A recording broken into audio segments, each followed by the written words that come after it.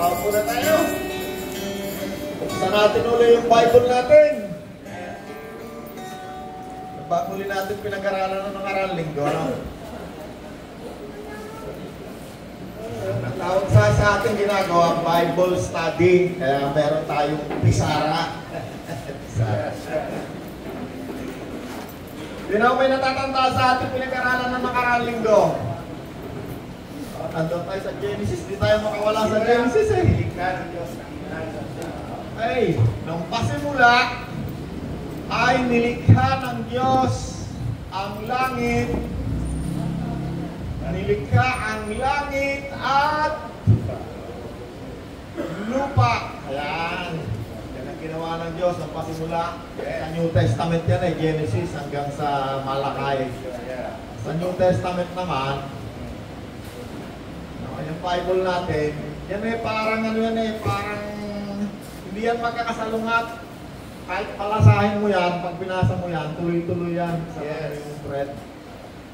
Nung pasimula, nilikha ng Diyos ang langit. Sabi naman sa Revelation, no, Genesis hanggang Revelation, sabi ni Jesus, ako ang simula at ang wakas. Ayan, sabi ni Jesus, ako ang simula. Ayan. At saka simula at saka wakas. Yan, sabi ni Jesus. Nilikha ng Diyos ang langit at lupa. At sa Genesis chapter 1 verse 1, 1 verse 2, sabi doon, at ang Espiritu ng Diyos. Diba sabi na, pensa sa inyo na. Babalik lang tayo konti kasi para matugtungan natin. Ay kumikilos ang Espiritu ng Diyos. Ang Espiritu ng Diyos, diba? 1 verse 2. Okay? Tapos sa 3, magkaroon ng liwanag. Yes. Magkaroon ng liwanag. Andiyan na yung paglikha na. Paglikha. Paano siya lumilikha? Nagsasalita lang. Yeah. Magkaroon ng liwanag. Sabi naman sa Revelation chapter 1 verse 8 yata. Yeah.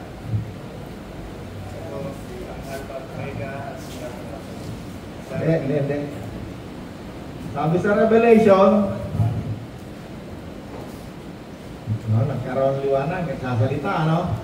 Sa John, sa New Testament, sa aklat ng Juan, at nagkatawang tao ang salita. John 1:14. Yan. Nagkatawang tao. Siya ay nanirahan sa piling natin. No, tama kayo sa inyo, no? Magkaroon, lahat pa, every time nalilikha ang Diyos, ang sasalita lang, magkaroon salita lang. Yung salita, na nagsasalita, magkaroon, lumilikha. Sabi rito, nagkatawang tao. Yan. Walang anumang nilikha nang hindi sa pamamagitan niya. Sabi sa John chapter 1 verse 3. Alam niyo kayo, so sige, may verse eh, oh. Mabilis ako kasi yan yung topic natin nung nakarang linggo, inuulit ko lang kasi meron tayong susundan. Mas maganda kung tulad-tulad yung ating pinag-aaralan para meron tayong nasusundan. Salita lang, ang pinakahuling ginawa ng Diyos. At ngayon, lalangin natin ng tao. Ayan, lumikha ng Diyos ng tao. Pagkatapos nalangin ng Diyos ng tao, sila ay hiningahan ng Diyos. Hiningahan at sila'y naging mga buhay na kaluluwa. Tama kayo sa sala na, pinag-aralan natin last week na. Okay. Doon naman sa Juan, sabi ni Jesus, at sila'y hiningahan ni Jesus at sinabi, tanggapin ninyo ang Espiritu Santo. No? Anong verse naman sa dami kong verse, eh. John 20:22, at sila'y hiningahan ni Jesus. At ang sabi, tanggapin niyo ang Espiritu Santo. Hiningahan, tanggapin ninyo ang Espiritu Santo. Okay. So yung hininga na ibinigay, yun ay nagkaroon ng buhay, naging mga buhay na kaluluwa. Yung hininga dyan, yan ay Espiritu Santo. Kasi yung mga hayop, hindi hiningahan ng Diyos. Pero buhay na sila. Iba yung hininga na hangin, Iba yung hininga na nagbibigay ng buhay. Yes. No? Tapos niyan, ang tao ay, mamaya na yun, mamaya muna yun. Ang tao ay namatay, nawalay sa Diyos. Kasi si Satanas, nandoon siya sa Garden of Eden. No, doon lang tayo pupunta. Salita ng Diyos, sabi sa Revelation, mayroon pa dyan Revelation 22. Basang-basa sa dugo ang kanyang damit at ang tawag sa kanya ay salita ng Diyos, no? Sino yung salita ng Diyos? Ang nagsasalita? Si Jesus. No? Sabi doon sa Revelation chapter, alam niyo itong pag-uusapan natin dito, lahat to may verse, hindi katang-isip. John 20:21, hiningan sila ni Jesus, tanggapin ninyo Espiritu Santo. John 14, ako yung buhay. 14 verse 6, sabi ni Jesus, kaya nagkaroon tayo ng buhay ngayon. Dati tayo walang buhay. Nung wala si Jesus, wala sa atin ng buhay. Sabi ni Jesus, ako yung buhay. May naunawaan kayo? Walang, ano ba yung binasa kayo na? Pahayag 19:13, basang-basa sa dugo ang kanyang kasuotan, ang tawag sa kanya ay salita ng Diyos. No? Si Jesus yun. Kaya marami na tayo natutunan ng nakaraang linggo ano? Kaya dagdagan natin ngayon. Hebreo 11:3, sabi rin natin noong nakaraang linggo, ang pananampalataya, dahil sa pananampalataya, naunawaan natin ang paglikha ng Diyos. Dahil sa pananampalataya. Yan. Pananampalataya. Kung walang pananampalataya, hindi natin yan maunawaan yung paglikha. Ulitin mo nga kayo sa dahil sa pananampalataya. Hebreo 11:3. Dahil sa pananampalataya, naunawaan natin ang sanlibutan ay nilalang sa pamamagitan ng salita ng Diyos at ang mga bagay na nakikita ay ginawa mula sa mga bagay sa mga hindi nakikita. Okay, dahil sa pananampalataya, kaya natin nauunawaan na ang lahat ng nilalang sa daigdig ay nilikha ng Diyos. Pananampalataya. Kung walang pananampalataya, hindi natin ang maunawaan. Alam niyo kung ano lang ang mga intindihan natin? Ang nilikha ng Diyos dahil sa evolusyon. Kung tayo naman ay hindi nag-aaral sa mga eskwelahan, ang maunawaan natin yung mga alamat. Yung tao ay nanggaling sa kawayan. Yung diba tayo, tinatawag niya, alamat ng paglikha, di ba? Kung hindi tayo mga nag-aaral, kung tayo mga tao ko ba, kasi nakakalam lang ng mga evolution theory yung mga nag-aaral, kasi yan ang tinuturo eh. Sila nag-aaral. Junior, saan ka nag-aaral? Saan kayo nag-aaral? Saan kayo nag-aaral? Anong eskwelahan? School. Anong school nyo? Anong eskwela nyo sa kolehiyo? Engineering course kayo, di ba? Teka mo na. Mapua. Si Abraham. Saan ka nag-aaral? Mapua. Okay. Lahat ng eskwelahan, kahit nga high school, tinuturo na ang tao ay nanggaling sa hayop, sa unggoy alam mo niyo ba yun? Narinig niyo yun? Sino sa inyo nakatapos ng high school, taas ang kamay? Narinig niyo yun? Tinuturo sa elementary, sa high school. Evolution theory, tawag doon. Evolution. Pag ikaw ay nag-aral, ang maunawaan mo lang paano nagkaroon ng mga bagay, teorya ng evolution. Pero kung ikaw naman ay hindi nag-aral, hindi ka nakatapos kahit grade 1, ang maintindihan mo naman tungkol sa paglikha ay mga alamat. Alamat ng pagkakaroon ng tao, si Eva, si Adan, may nabiyak na kabayan, yan ang mga intindihan mo. Ang pananampalataya ay bunga ng pakikinig ng mabuting balita tungkol kay Kristo. Intindihan niyo? Walang makakarinig, walang sasampalataya kung walang narinig ng mabuting balita. At wala namang mangangaral kung walang isinugo. So, naintindihan lang natin yung tungkol sa paglikha dahil tayo'y tumanggap kay Kristo, nagkaroon tayo ng pananampalataya. Yung pananampalataya na yan tungkol sa paglikha, yan ay isang misteryo. Kasi wala yung paliwanag sa siyensya, sa science. Yung evolution theory, meron yung paliwanag sa science, meron yung mga DNA, meron mga million years na sinasabi. O si engineer, kumare, yan ay dati matching yan. Nagiging tao, 1,000 of years nagiging tao, nag-i-evolve. Yung bubuyog, gano'n, yung para bang katulad ng paru-paro. Paru-paro, tas naging uod. Maya-maya, paru-paro ulit. Yun ang paliwanag sa siyensya. Dalawa yung paliwanag nila sa paglikha. Yung isa naman, Big Bang Theory. No? Yung mga marurunong na tao, yung mga nag-aaral sa UP, sa ano, naku, eksperto yan, alam nila lahat na. Hindi sila naniniwala sa Diyos kasi nga, hindi sila sumasampalataya kay Kristo. Maunawaan mo lang ang teorya ng paglikha kung ikaw ay isang mananampalataya according sa salita ng Diyos. Yes. Bakit tayo sumampalataya? Kasi nakarinig tayo ng salita ng Diyos. At ang salita ng Diyos, yan yung ating dinidiscuss ngayon. Kaya tayo nandito ang tawag Bible Study. Kaya hindi haka-haka pinag-uusapan natin, hindi mga katang-isip. Puro mga nakasulat sa Bible. Bakit? Kasi ang pagtitipon natin, ito'y pagtitipon ng mananampalataya. Upang lumago ang ating pananampalataya kay Kristo.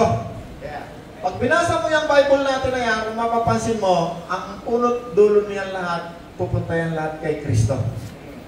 Nung sa araw, meron akong bumibili kami may binibili kami sa SM. Merong lumapit sa amin mag-asawa. Ang kinakausap yung katabi ko, ABC. Sir, pwede ba may kumakausap? Yung nagtitinda. Hindi siya maintindihan. Sabi ko, sige po, ako na lang kakausapin nyo. Kilala nyo po ba ang Diyos nyo? Sabi sa akin. Sabi ko, according po sa Bible ko, pinakilala po siya sa akin ng Panginoon na tawagin ko raw ang aking Diyos na aking Ama. Yan ang pinag-aralan natin last week. Unang-unang tinuro sa atin ng Panginoon at pinakilala niya ang Diyos sa atin. Sabi ni Jesus, Ama, ipinakilala na kita at patuloy kitang ipapakilala. John 17:26. Pakibasa kaya sa atin. Ama, John 17:26. Kaya sa atin, pakibasa mo. Ipinakilala na kita sa kanila at patuloy kitang ipapakilala. Ang isang reason bakit ang Diyos ay nagkatawang tao yung salita, yung lumilikha, para ipakilala natin ang Diyos. At hanggang sa mga ito, ang Panginoon, ang Banal na Espiritu, pag dumating, ang pinapakilala ng Panginoon ay ang kanyang Ama.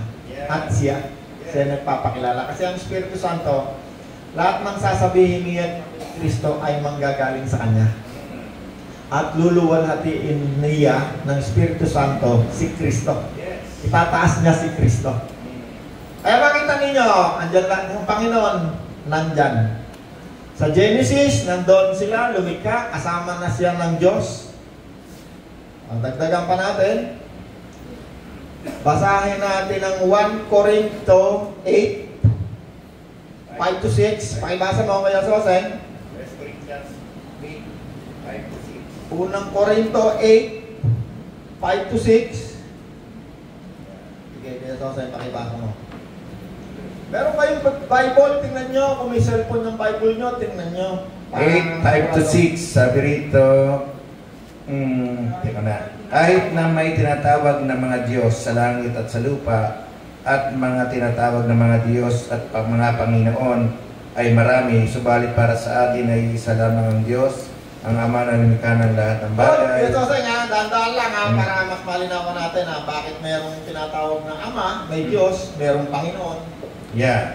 Subalit para sa atin, ng mga sumasampalataya, isa lamang ang Diyos. Isa lamang ang Diyos. Sino yung Diyos? Yung Ama na lumikha ng langit at lupa at ng lahat ng mga bagay na naririto. Okay, sige pa, tuloy mo pa. At tayo nabubuhay para sa Kanya. At tayo'y nabubuhay para tingnan niyo yung salita, para sa Kanya. Sama sa Kanya. Okay, sige. Isa ang Panginoon. Isa ang Panginoon. Kaya na, pumasok na ang Panginoon. Isa ang Panginoon. Isa ang Diyos. Isa ang Ama. Isa ang Panginoon. Si Jesus Kristo. Si Jesus. Pangalan niya, Jesus. At sa pamamagitan niya, nilikha ang lahat ng bagay. At sa pamamagitan, tingnan niyo yung salita, pamamagitan niya. Pamamagitan, dito sa kanina, para. Dito sa naman, sa pamamagitan. Ano yun? O, Inglesin natin. Through, at saka, through him, at saka for him. For him, yeah. Ano, huwag na yung English kasi mas mahusay tayo sa Tagalog eh. Sabi doon sa pinasa na Kuya Sosen, Para sa kanya. anong verse yan Kuya Sosen? Ay. Hebreo 8:5-6, iisa lamang ang Diyos, ang Ama. Yeah. Ang Ama na lumikha ng lahat ng bagay, sa Genesis yan ang tinutukoy dyan. Para sa Kanya, Tayo nabubuhay para sa kanya. tayo'y nabubuhay. Okay, bumalik tayo din sa New Testament, 2 Corinthians. Iisa lamang ang Diyos, iisa lamang din ang Panginoon. Sino? Si Jesus. Yeah. Okay? Ano naman ang role ni Jesus ng Panginoon? Sa pamamagitan niya ay nilikha ang lahat ng bagay through Him, saka for Him. Yeah. Para at saka sa pamamagitan. Okay, sampulin ko ha. Kunwari si tatay ang Diyos, tayo ka lang. Nakakatayo ka ba? Hindi na, wag na. Si Kuya Sosing na lang. Yeah. Kunwari si Kuya Sosing yung Diyos ha, ang Ama ha. Nari lang ha. Espiritu siya, walang katawan ha. Ang sabi doon sa Corinthians na binasa natin, isa lang ang Diyos, ang Ama. At siya ang lumikha sa lahat ng bagay. Isa lang, hindi dalawa, isa lang, ang Ama. Isa lamang ang Panginoon, si Jesus. Kunwari, ito naman si Jesus. Kasi sa Genesis, hindi pa sila pareho, wala pang katawang tao. Doon lang sa aklat ng Juan siya nagkatawang tao. Sa aklat ng John. Sa New Testament lang nagkatawang tao. Isa lamang ang Panginoon, si Jesus. Yung pinako sa krus. Sa pamamagitan ni Jesus ay nilikha ang lahat ng bagay. Makikita natin yan dito sa Genesis eh. Pamamagitan ng salita. Nagsasalita lamang siya. Lalangin natin. Yung salita, nagkatawang tao sa aklat ng Juan. May naunawaan kayo? Kailangan nyo yung maunawaan, kaya inuulit-ulit natin yan. Kasi pag naunawaan nyo yan, makikilala nyo si Jesus. Kasi ang Panginoon, siya, kaya sinasabi ng Panginoon, malimit sinasabi ng Panginoon, ako at ang Ama ay iisa. Ang tinutukoy ng Panginoon, nung nandito siya, nung lumilikha, ang Ama at saka ang Panginoon, magkasama andyan ka sa Revelation, sa Genesis, magkasama sila. Nung ang Panginoon ay bumaba na dito sa lupa, magkasama pa rin sila, hindi sila nagkakahiwalay. John 6:44. Juan 6:44, yan. Tayo dyan sa Juan 6:44. Okay, basahin mo kayo sa atin. Sabtra. 44, sabi rin sa 44. Una ko lang 44. Ito. Walang makakalapit sa akin malibang dalhin siya sa akin ang Ama na nagsugo sa akin. Hold, hold lang. Para lang mas makaunawaan natin, no? Kasi maraming religion, babalik ako doon sa dalawang mama na pumunta sa akin, magkasama, tuloy magkasama. Sabi sa akin, kilala mo ba ikaw ang iyong Diyos? Sabi ko po, pinakilala po ng Panginoon. Sabi po niya sa Bible ko ay tawagin ko ang aking Diyos na Ama kong Diyos. Yung pala, nalaman ko ng bandang dulo, siya pala ay member ng Jehovah's Witness. Sabi sa akin, alam mo ba ikaw ang pangalan ng Diyos? Hindi mo ikaw alam ang pangalan. Ang pangalan ikaw ng Diyos ay Jehovah. Sabi ko naman, ate, alam niyo po, ang salitang Diyos sa Tagalog, Diyos. Sa salitang English, God. Sa salitang Latin, Deus. Sa salitang Arabo, Allah. Sa salitang Hebrew, tsaka Greek, ayan na po, papasok na po dyan yung Yahweh, tsaka Jehovah. At marami pa pong iba, sabi ko, andyan yung Adonai, Jehovah Jireh, Jehovah Rapha, pero hindi po yung pangalan. Sabi ko, yung po mga katangian ng Diyos, Jehovah Jireh, ang Diyos na nagkakaloob sa atin ng lahat.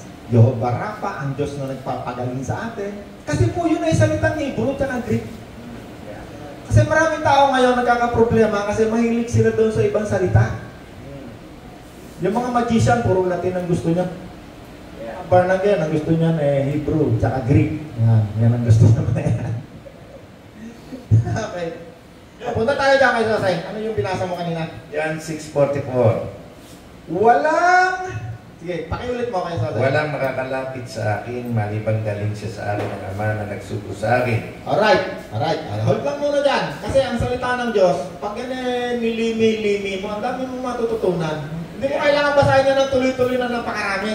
Kasi ang salita ng Diyos, pagkain ng ating kaluluwa. Okay, tatayuin ko ulit. Kasi tayo ka ulit. Yeah. Ama, wala siyang katawan na espiritual. Si Jesus. Sabi ni Jesus, walang makakalapit sa akin kung hindi kayo ilalapit sa akin ng Ama. Marami ngayong religion, si Jesus hindi kinikilala eh. Ang pagkakilala kay Jesus, isang batang paslit sa sabsaban. O hindi man nasa sabsaban, yung parang bakla na nakaganyan, no? Yung mga, hindi nila kilala si Jesus, sa totoo lang hindi nila kilala si Jesus. Ang kilala lang nila kay Jesus ay yung mga bagay na parang alam lang ng lahat ng tao. Pero hindi talaga yon. Pag nakilala mo si Jesus, ni yung banggitin mo yung pangalan ni Jesus sa walang kaparanahan, hindi mo gagawin.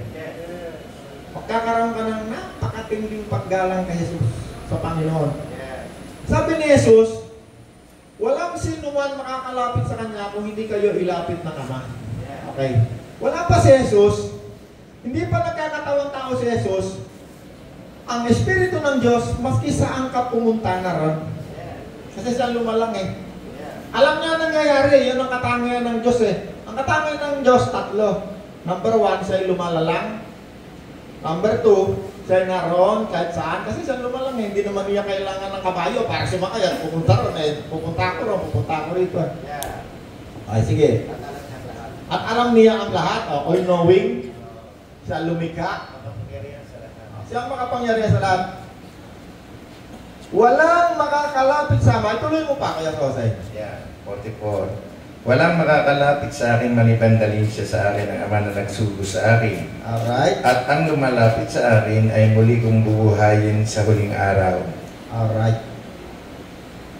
Okay. May dalawang bagay na sinabi si Kristo eh.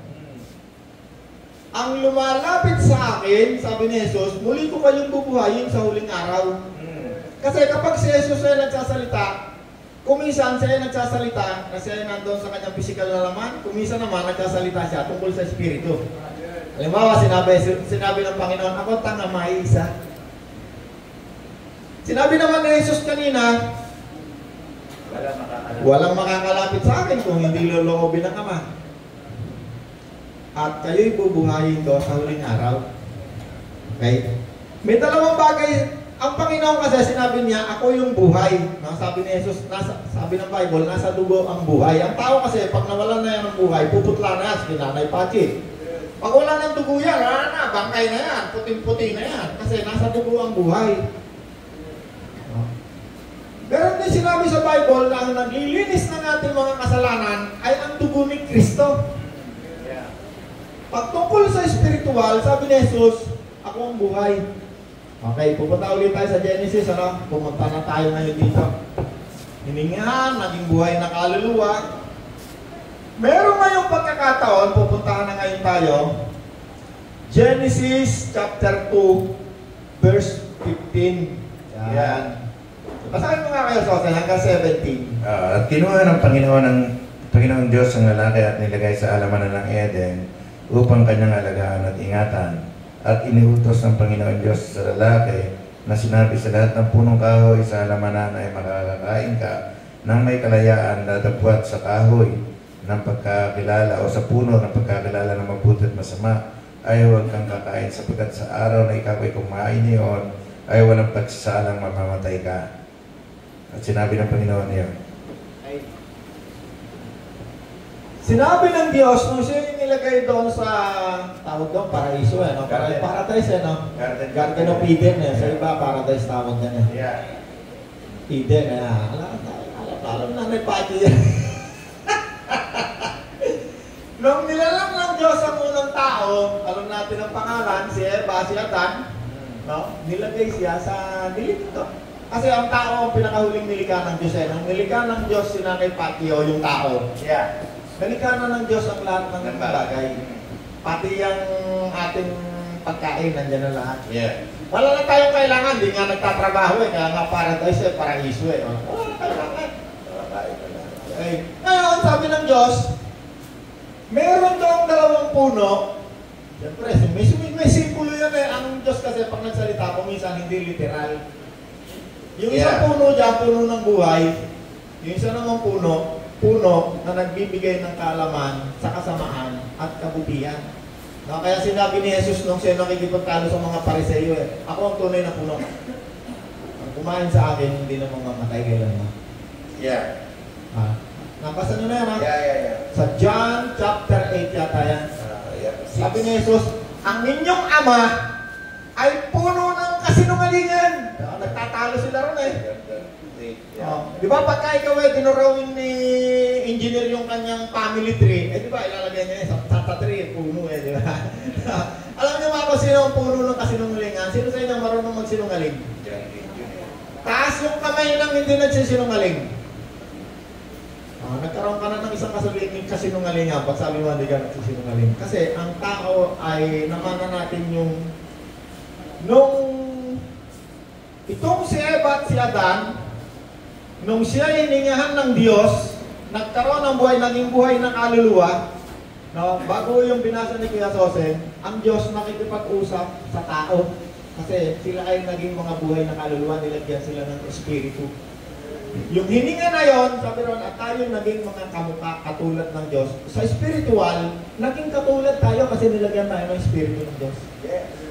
Naging buhay tayong kaluluwa, nakikipag-usap sa Diyos ang tao doon sa Garden of Eden. Kaya ngayon ang sinasabi, makakain nyo lahat ng nilikha ko dyan, lahat pagkain, lahat ng pwede nyo kainin, wala nang binabawal eh. Wala na Pati, wala nang binabawal ng pagkain eh, doon lang lumabas yung bawal doon sa Law of Moses, doon lang inalagay. Lahat ng gusto mong kainin mo, hindi mo kailangan magtrabaho kasi yung lupa, kusang bumubuka lang pagkain. At maaaring ang mga tao baka ano sila nun, baka puro gulay. Hello Mike. Hello, ayun. Wala, hello. Maaaring nung unang, ito hindi ko sinabing hindi naman nakasulat sa Bible na kinakain ng tao ng panahon na yon, karne o ano man. Pero talaga ito, baka mga prutas lang. Kasi nung panahon na yon, ang mga tao nabubuhay ng 900 plus years. Nung kinausap niya ng Diyos, sabi sa kanya ng Diyos, pag ikaw ay kumain ng bunga nitong punong kahoy,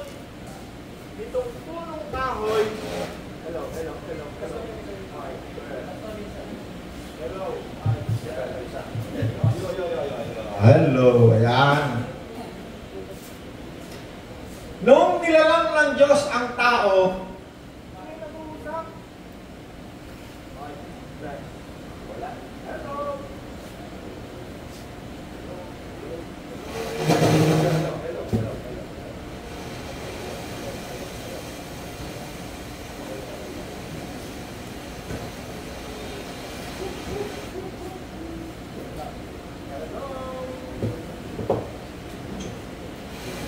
Check. Hello, mic test, okay? May naunawaan kayo sa ating pinag-uusapan? Kailangan nyo maunawaan. Kasi pag hindi nyo ito naunawaan, mawawalan kayo ng interest tungkol sa Diyos at tungkol sa inyong pagkatao. Pag itong mga bagay na ito nalalaman mo, magkakaroon ka ng napakataas na pagpapahalaga sa iyong sarili at saka sa Diyos. Kasi ang Diyos, sa panahon na to, katulad ngayon, may sunog sa California. 2 linggo na, hanggang ngayon, nagsunog pa eh. Kusang umapo yung mga bahay. Maraming tao ron, nagagalit sa Diyos. Bakit daw sila sinusunog daw sila ng Diyos? Ang Diyos, wala siyang elemento ng kasamaan. Kaya nga ang tawag doon sa Spiritong binigay sa atin holy mabuting Espiritu. Sa Genesis, ang Diyos ay Espiritu. Pero hindi mo pwedeng sabihin na siya ay Diyos. Ang Diyos, pag sinabi mong Espiritu, meron niyang dalawang katangian. Pag hindi evil, holy. So ang Diyos, nandun siya sa holy. Yung evil, hindi yan nilikha ng Diyos. Ang lumikha ng evil, yung sariling, yung mga anghel na binigyan ng Diyos ng kalayaan para, O, balik tayo dyan sa Garden of Eden. Ang unang ibinigay ng Diyos sa mga tao, katulad rin ng ibinigay ng Diyos sa mga anghel. Eh di ba sa Genesis, ano nilikha niya? Una niya nilikha langit. Diyan sa langit, kasama dyan ang mga element, mga tinatawag natin angel. Yung angel, binigyan niya ng Diyos ng tawag ay free will, kalayaan. Yan ang kaperpektuhan ng Diyos, ang paglikha ng Diyos. Ang tao ngayon, nakakalikha na rin ng tao, hindi mo na malalaman kung siya tao o robot. Hindi mo na malalaman. Makakabili ka na ngayon ng kahit na trabahador mo, driver, kung ano mang bagay na robot. Pati asawa nakakabili na ngayon. Oh, totoo. Totoo yan. Pati asawa nakakabili na. Hindi mo na malalaman kung tunay ba itong tao o robot. Ang pagkakaiba lang ng robot na to, ang tawag doon ay AI, merong artificial intelligence. Ang pagkakaiba lang, itong robot na to, walang free will, hindi katulad ng ginawa ng Diyos. Kung ano lang yung nakaprogram sa kanya, yun ang gagawin niya. Nakaprogram sa kanya yung kunwari, ang bumili kunwari sa robot si billionaire Bill Gates. Gusto niya ng babaeng robot. Pag gusto niyang makipag-sex, alam niya may artificial intelligence siya, nababasa niya yung kanyang kilos, yung kanyang mata. Meron siyang nakaprogram doon sa robot kung ano lang yung gustong i-program nung gumawa. Ang tao, hindi ganon. Binigyan ng Diyos ang tao ng free will. Ikaw ang magdi-decide. Yan ang pinagtatalunan ngayon sa artificial intelligence. Sabi ng mga gumagawa ng mga artificial intelligence, ang pinakadelikado ika niyan, kapag yung robot na yan, na-programan, na siya'y magdi-decide na para sa kanyang sarili. Kasi ginagamit na yan sa gera eh. Ang dalo. Ginagamit na sa gera, kaya lang, wala silang will na mag-execute. Ang kinakatakutan ngayon itong mga gumagawa ng robot na to, sabi ng mga eksperto, maaaring isang araw, yung robot na yan, ma-out of control na yan ng tao. Kasi, baka yan mag-self-program na sila pwede nang pumatay. Ginagamit na ngayon ang robot kahit saan bagay, ginagamit na. At yan ang direksyon natin. Okay, punta tayo sa tao, ano? Kasi ang Diablo, ang trabaho niya, laging gayahin ng Diyos. Lagi niya yung ginagaya. Ngayon nga, meron siyang gagayahin na gagawin ng Diyos eh. Ang Diyos kasi, babalik dito sa lupa, ang Panginoon. Pero yung kanyang katawan, mamamahala siya dito sa lupa. Siya ang magbibigay ng kapayapaan dito sa daigdig. Pero bago siya dumating, merong gagaya pa rin yan. Pag nagkaroon tayo ng gera, pag ang nanalo ay China, si Xi Jinping, uupo yan doon sa Jerusalem. Pagkagawa na yan ng isang gobyerno. Wala nang gera kasi isang gobyerno na lang eh. Wala nang Iraq, wala nang Iran, wala nang Amerika. Kunwari, nanalo sila eh. Wala nang gera. Isang pera, wala nang palitan ng dolyar. Isa na lang ang pera eh. Baka nga wala nang pera. Currency natin, ano lang eh. Yung baka yung electronics. Wala nang religion. Yan ang cause ng gera at away sa buong daigdig. One world government, one world money, one world currency. Walang away, kapayapaan. So marami siyang matadaya at i-declare niya yung sarili niya, ako yung Kristo. Kasi papayapain niya yung daigdig. Artificial na gagayahin niya si Kristo. Maaari, pag nag-gera bukas, alam na natin sino panalo after 1 week. Eh kunwari, nanalo China, o kaya naman kung sino, eh di siya na yung winner, siya na magdi-decide. Eh ngayon, ginagawa na yan eh. Sa China, wala nang pera yung ibang mga city ron eh. Isang gobyerno, isang religion, isang currency, isang pera, o wala nang pera, ang electronic na lahat. Marami ng bansa ngayon, wala nang pera. Electronic na. Marami na. So, pag yung Antichrist na yan, Antikristo, ibig sabihin niya eh, anti-kalaban siya ni Kristo, lagi siyang namimiki ng gagawin ng Diyos. Lagi silang kalaban ng Diyos. So marami siyang dadayain tao, pati mananampalataya ay maaaring may mga ibang baka maniwala rin. Kasi sabi sa Bible, marami siyang madadaya eh. Okay, punta na. Balik ulit tayo ngayon dito sa ginawa ng Diyos ang tao. Kaya so, ano sabi doon sa binasa ko ulit? Genesis, no? Nilalang ng Diyos ang tao. Nandoon na tayo sa Genesis chapter 2, 15 to 17. Okay? Nasaan na yung verse na binasa mo? Pakiulit. 15, 16. Ngayon, nilagay ng Diyos ang tao, Garden of Eden. 16. Sabi niya, makakain mo ang lahat ng bunga ng punong kahoy. Maliban, 17, sa bunga ng puno na nagbibigay ng kaalaman tungkol sa mabuti at kasamaan, huwag na huwag mong kakainin ang bunga niyon, kapagkat sa araw na kainin mo yon, ikaw ay mamamatay. Yeah. Okay, ang binabanggit dyan ng pagkamatay, spiritual na pagkawalay. Yes. Okay, after niyan, di kumain na yung si Eva. Kumain ng simbolo ng prutas yan, ay pagkain, mansanas eh. Pero actually, hindi yan pagkain literal. Yes. Yan ay pagkain na kasinungalingan. Kasi yung puno na nandun, puno ng kasinungalingan. Yeah. Kaya si Kristo, pag siya nakikipag-usap sa mga Hudyo, sabi niya, ang inyong amay, ama ng kasinungalingan. Siya ay sinungaling sa simula't simula pa. Yun ang tinutukoy ng Panginoon, yung kasinungalingan. Yeah. Alam niyo ba na kapag kayo kumain ng kasinungalingan na mula sa dyablo, kayo'y mawawalay sa Diyos, hindi nyo natatanggapin si Kristo kailanman. Hindi kayo maniniwala. At tulad halimbawa ng ipinapakain ng dyablo hanggang ngayon, ang tao galing sa unggoy. Pag naniwala ka ron, paano mo patatanggapin si Kristo? Hindi ka na maniniwala sa paglikha, sa misteryo ng paglikha. Hindi ka natatanggap kay Kristo. Spiritually, mawawalay ka na. Hindi ka na lalapit sa Diyos. Maraming pagkain na pinapakain ng dyablo sa mga tao, hindi sa mga oras na to. Yung marami ngayon nagtuturo sa YouTube dokumentary na si Jesus may asawa, may anak, may kalantari, ang dami niyang babae. Pag ikaw ay naniwala ro sa kasinungalingan ng dyablo, kailanman hindi mo tatanggapin si Kristo bilang Panginoon. Yun ang mga pagkain na kasinungalingan na pinapakain ng dyablo mula pa doon sa Genesis hanggang ngayon. Pag naniwala ka, hindi ka lalapit sa Diyos. Mawawalay ka na sa Diyos. Yun ang sinasabi dito na nagkaroon ng spiritual na kamatayan. Bukod roon, nagkaroon din sila ng physical na kamatayan. Yeah. Paano ngayon nabalik ang buhay? John 3:16. Subalit, ang lahat ng tumanggap at sumampalataya kay Jesus, gano'n na lamang, doon, John 1:12, ang lahat ng tumanggap at sumampalataya kay Kristo ay naging anak ng Diyos at sila ngay naging anak ng Diyos. Sila'y isinilang. Ano yung isinilang? Yung espiritu mong patay, isinilang, nagkaroon ng buhay. Yeah.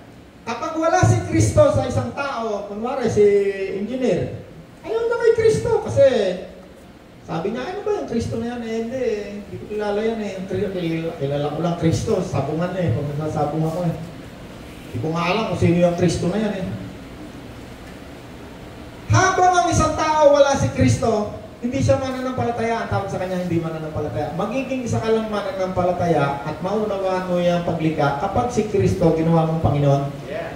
Kapag ikaw ay nakarinig ng mabuting balita sa isang nangangaral na katulad ko, katulad ni Kuya Jose, katulad ng marami narito, ikaw ay sasampalataya kay Kristo, magsisisi, at ikaw ay tatakang lalagyan ka ng tinatawag ng Espiritu na Santo, tinatawag na mabuti. Yeah. Kapag si Kristo tinanggap mo, tinatakan ka ng Diyos ng Espiritu Santo, nilagay sa loob mo, ikaw ay nagkaroon ngayon ng buhay na walang hanggan. Nag-umpisa na yung buhay mo na walang hanggan. Nag-umpisa na. Doon nag-umpisa na nagkaroon ka ng buhay. Yun na yung umpisa. Kaya sabi rito, ano ba ang buhay na walang hanggan? Ang makilala ka nila na iisa at tunay na Diyos. Sino ang pinabanggit ni Kristo? Yung Ama. At si Kristo na Panginoon. Pakibasa mo kaya sa akin. John 17. John 17. 3. Yeah. Pakibasa kaya sa akin. Sabi rito, at ito ang buhay na walang hanggan, ang makilala ka nila na isang tunay na Diyos at sa Jesucristo na iyong isinugo. Alright, hold. Ano ang buhay na walang hanggan? Kilala ang isang Anong verse yan? Sa akin? John 17:3. Alam niyo kung sino nagsasalita dyan? Si Jesus. Ang Panginoon dyan, Marcos, Lucas, Juan. Marcos, Lucas, Juan. Yeah, Mateo. Mateo. Si Kristo ang nagtuturo dyan. Ang tawag dyan ay, ang tawag dyan sa apat na gospel niya. May tawag sila dyan Ano? Oh, yun. Ano sabi ni Kristo? Ito ang buhay na walang hanggan. Tama ba kayo sa inyo? Si Kristo nagsasabi, ang makilala kanila. Sino yun? Ang Diyos na lumikha sa lahat ng bagay. At sino pa? At sa pamamagitan ni Jesus ay nilikha ang lahat ng bagay. Ito ang buhay na walang hanggan. Sabi, ang makilala kanila, ang Ama, ang Diyos na lumikha sa lahat ng bagay. At si Jesus na Panginoon, na sa pamamagitan niya ay nilikha ang lahat ng bagay. Yeah. Ay, minantindihan na kayo? Sino yung Diyos na lumikha sa lahat ng bagay at sino si Kristo? Ang Diyos ang lumikha sa lahat ng bagay. Paano nilikha ng Diyos? Sa pamamagitan ni Jesus. Yes. Kasi siya yung salita. At tayo pinakanawa nga. So, kailan nag-umpisa yung buhay ng walang hanggan? Nung tinanggap mo si Jesus, ginawa mo siyang Panginoon, kahit hindi mo siya nakikita, naniwala ka, nanampalataya, naunawa mo ngayon yung misteryo ng paglikha ng Diyos. Kasi yun ang unang-una mong maunawaan pag tinanggap mo si Jesus, yung paglikha. Yeah. Ang makilala kanila na isang tunay na Diyos. John, ano pa yung eternal life? John 3:16. Ganun na lamang ang pag-ibig ng Diyos sa mga tao, kaya ibinigay niya ang kanyang kaisa-isang anak na si Jesus. Sino man sa kanya ay sasampalataya, siya ay magkakaroon ng buhay na walang hanggan. Tama ba yung binasa ko? Sino sa inyo tumanggap na kay Kristo? Okay. Halos na tumataas ang kamay tumanggap kay Kristo. Pero sa katotohanan, ang Diyos ang nakakaalam kung sino talaga sa atin ang tumanggap kay Kristo bilang Panginoon. Kasi maraming tao, tinanggap lang niya si Kristo pero hindi niya ginawang Panginoon. Pag sinabi mong Panginoon mo si Kristo, kasi hindi na natin naintindihan yung salitang Panginoon eh. Wala na kasing salita, wala na kasing ngayong slaves, kaya hindi na natin naintindihan. Kasi sa Bible, nung araw, pag ikaw ay mayaman, mga si tatay, ubod na yaman, maraming lupa. Bibili yan sa palengke, katulad ng tinuro ni Pastor Diriman, tsaka yung pinapag-aaral natin lagi. Ang tao nung araw nakakabili. Yeah. Pag ikaw ay sobrang hirap, bebenta ka ng tatay mo para siya mabuhay. Saka para din ikaw mabuhay. Siyempre, bebenta ka sa mayaman para ganda rin ang buhay niya. Ganda rin ang buhay mo. Pag ikaw ay binenta ng iyong ama sa isang taong mayaman, ang tawag sa iyo, alipin ka ngayon ng mayaman. Kunwari si tatay bumili sa iyo. Kunwari si tatay isang billionaire. Binili ka niya. Kahit ano pwede niyang gawin sa iyo kasi Panginoon mo siya. Ang tawag mo sa kanya, Panginoon. Yeah. Kaya nauso yung tinatawag na landlord o kaya landlord. No? Kasi kailan lang nawala yung batas na yan, nakakabili. Sa Africa, kaya nakarating sa Amerika, sa Europe, yung mga black. Kasi binibili sila ng mayaman. Kailan lang yung pinagbawal? 1800 lang. Yeah. 100 years lang. At mahirap na mahirap ka, gusto ng tatay mo umulad ang buhay, bebenta ka. Bibilin ka, ibebenta ka sa mayaman. Pag ikaw kalakasan mo pa, mahal to. Pag ikaw naman babae, maganda ka, mahal din ito. Kasi pwede kang gawin niyang asawa, aanakan ka niya. Yeah. Ang tawag sa iyo, pag inanakan ka, ikaw ay asawang alipin. Ang dami niya sa Bible eh. Yeah. Kaya yung mga mayayaman sa Bible, ang dami nilang asawa. Ang dami nilang anak. Pero hindi na pwede ngayon kasi si Kristo may utos sa atin. Pag ayaw mo, pag sa'yo ginawa, huwag mo gagawin sa Kanya. Kasi ang New Testament, iba sa Old Testament. Hindi tayo pwede pumunta sa Old Testament. Hindi pwede. Mapapasama ka. Kailangan maintindihan mo. Kaya nagsusulat ako lagi New Testament, Old Testament. Yan ang hindi nililinaw ng mga tagapagturo ngayon. Yung mga tinatawag natin ng mga preacher, hindi nililinaw yan.